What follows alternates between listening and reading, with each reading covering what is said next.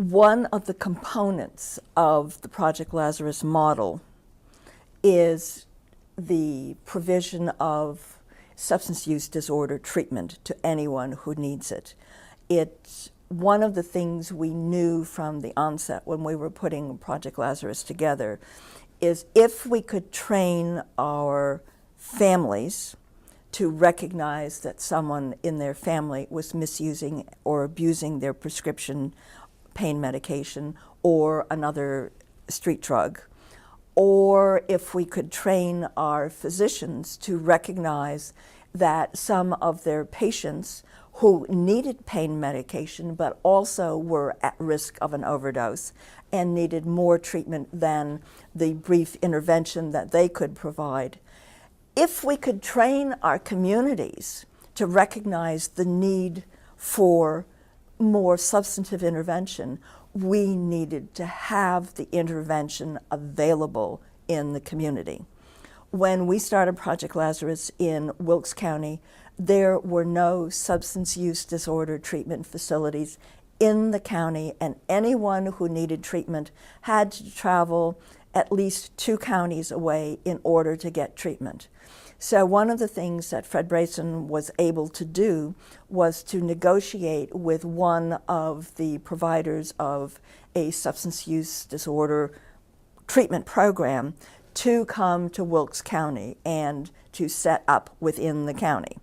And it took a couple of years, but this is the kind of thing that we put in the model, saying that if you don't have treatment facilities available, this is something that you need to put on your list of activities to do.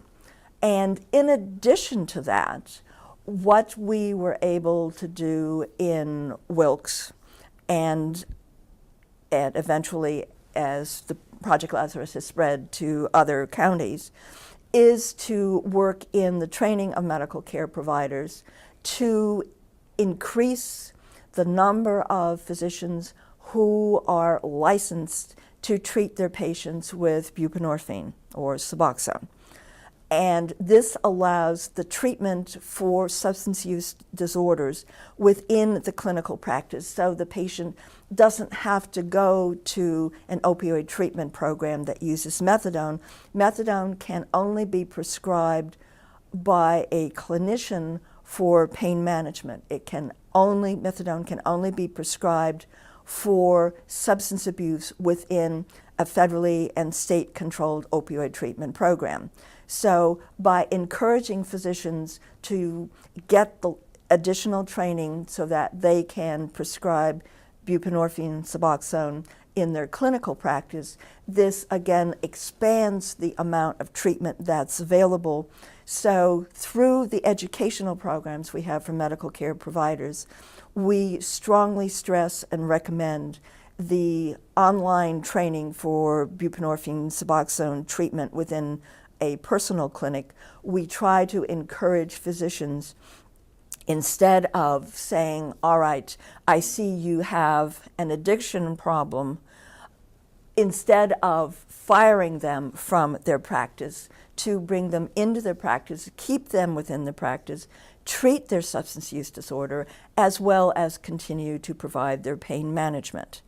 This is very challenging, very complex, simply because it adds extra burden on the people who treat pain patients and other patients in their clinic. There is a bit of hesitation. Do I want to bring somebody who is a substance abuser into my clinic and have them integrated in the clinic? And this is one of the things that we are trying to encourage, to make sure that everyone not only can be treated for their pain, but can also be treated for their substance use problems, many times caused by the treatment of their pain with an opioid, an unintended consequence, but one that often happens. And so there is a much more consolidated approach to treatment. And we do hope that works. The other thing that we have strongly recommended is to make sure that any physician who is considering prescribing an opioid pain management regimen makes sure that they assess whether the patient could be at risk for an overdose.